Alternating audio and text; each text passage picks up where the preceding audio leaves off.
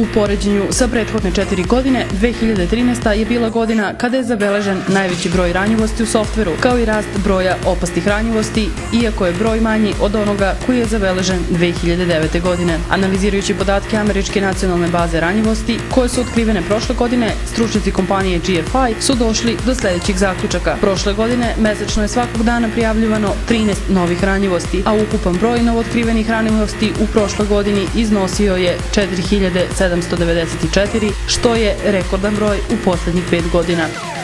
Više detalja potražite na interface.tv.